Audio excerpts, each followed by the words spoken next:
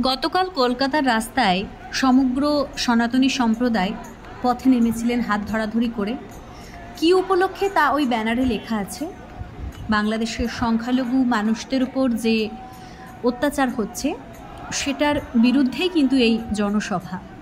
তো সেই ভিডিওটা আমি দেখলাম এবং আমার ব্যক্তিগত মতামত অনুসারে যে কথাটা আপনাদের সকলকে আমার জানাতে বড্ড ইচ্ছে করছে সেটা হচ্ছে, দেখুন, এই পৃথিবী তো আমাদের একার নয়, প্রত্যেকটা মানুষের, প্রত্যেকটা জীবের, সে যে গোষ্ঠীরই হোক না কেন, যে ধর্মেরই হোক না কেন, যে সম্প্রদায়েরই হোক না কেন, এই পৃথিবীকে সুন্দরভাবে ভোগ করার অধিকার কিন্তু প্রত্যেকটি জীবের রয়েছে।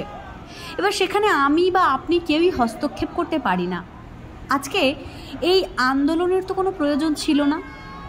এই আন্দোলন কেন হচ্ছে?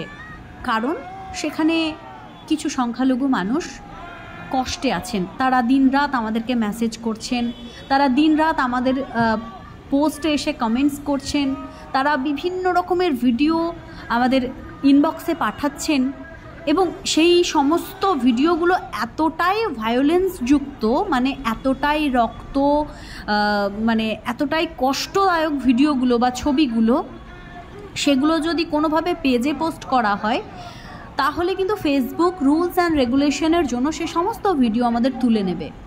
কারণ এই ধরনের ভায়োলেন্স সূচক কোনো ভিডিও বা ছবি আমরা ফেসবুকে পোস্ট করতে পারি না, এটা রুলস নেই আমাদের। সেই জন্য মানে প্রকাশ্যে সমস্ত ভিডিও ফুটেজ দেওয়াও যাচ্ছে না। তো আমার মনে হয় বাংলাদেশি যত মানুষ আমার আজকের এই ভিডিওটি দেখছেন, এই জমায়েতের যে ভিডিওটি, এটি কলকাতার রাস্তায় ঘটনা ঘটেছে কিন্তু বাংলাদেশে। কিন্তু দেখুন, সেই বাংলাদেশের ঘটনা নদীর এপার এসে কেমন ভারতবর্ষের বুকের মাঝে এসে গেঁথে গেছে, তারাও কিন্তু কষ্ট পাচ্ছে। তো আমার মনে হয় যে এই পৃথিবীটাকে সবাইকে সুন্দরভাবে ভোগ করতে দেওয়াটাই উচিত, কারণ এই পৃথিবী আমাদের সবার। আজ একটা হিন্দু পরিবার যদি দ্বন্দ্বযুদ্ধে কষ্ট পায়, দেখবেন যে তাদের মধ্যে কিছু কিছু মুসলিম পরিবারও থাকবে। তো এই হিন্দু মুসলিম করতে করতে যে লড়াইটা এখন হচ্ছে, সেই লড়াইটা বোধহয় না হওয়াটাই উচিত। বন্ধ হোক এই রক্তপাত, সবাই একটু সুখে থাকুক, বেঁচে থাকুক। দেশ তো কারো একার নয়, দেশ একা মুসলিমেরও নয়, দেশ একা হিন্দুদেরও নয়। ভারতবর্ষে যেমন ইসলামদের সংখ্যাটা কম, কিন্তু তাই বলে কি আমরা এটা কখনো করতে পারি যে মুসলিমদের ওপর অত্যাচার হচ্ছে আর আমরা চুপচাপ সহ্য করব? বা ভারতবর্ষে মুসলিমদের ওপর অত্যাচার হোক, এটা কি কখনো শোভনীয়?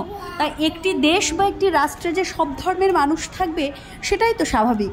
তো মিলেমিশে একসঙ্গে থাকাটাই কাম্য নয় কি? আজকে এই কলকাতার রাস্তায় যে জমায়েত ছিল তা আপনাদের সকলের সামনে তুলে ধরলাম। বাকি মন্তব্য আপনারা কমেন্ট বক্সে জানান।